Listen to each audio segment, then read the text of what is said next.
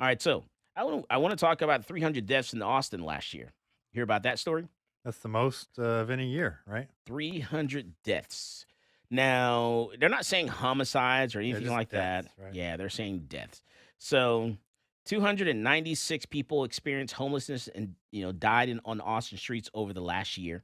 Each one was remembered, and even if they didn't have names, with a single chime from a crystal vase last Sunday. And what happened was the nonprofit house housed the homeless, has been hosting the vigil for 30 years. Advocates coordinate with the Travis County Medical Examiner and the community to compile a list of dead. This year's death toll exceeded last year's 251 persons count and set a record.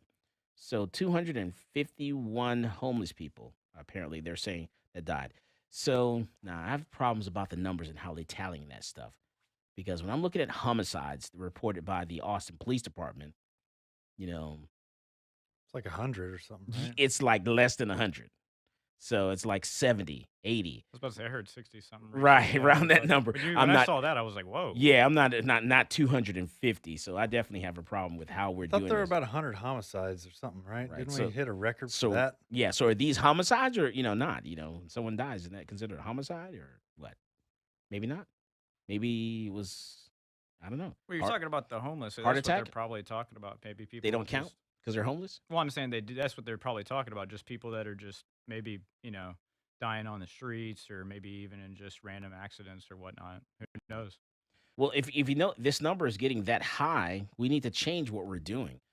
Maybe we need to go back to enforcing what the people voted on, and no sitting in line and no camping, and maybe that will save lives. Yeah. How long did that go into effect last year? Like 3 months, and then nothing. Back to normal. Yeah, back to It's normal. back to where it was. Right. I mean, it was dramatic change. Don't get me wrong. I Right. mean, I was super surprised. I should have taken before and after pictures. I think many people did, but now you should take pictures again because not much has changed. Yeah, because we have so many different weird things that happen, around the gun store, where we had, like, what was it, last week? A guy was on the sidewalk, and we have a video that we actually, posted online there.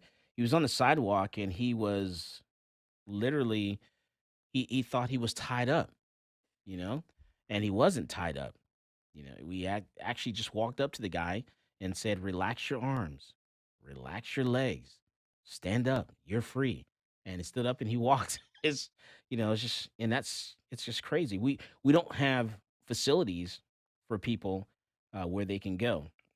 And we talk about this stuff all the time. Every story, kind of, every show, it relates back to the same thing. I'm just hoping that the people that we put in office after this current election will actually do something different. You know, what do you think? Yeah, No, sure. maybe not. Mhm. Yeah. So, Greg Casar. Optimistic thought. well, yeah, they're saying, this year's death toll, like I said, exceeded 251 persons count. Some of the people who died, including five adults and an infant, couldn't be identified by any next of kin. Their names are still unknown.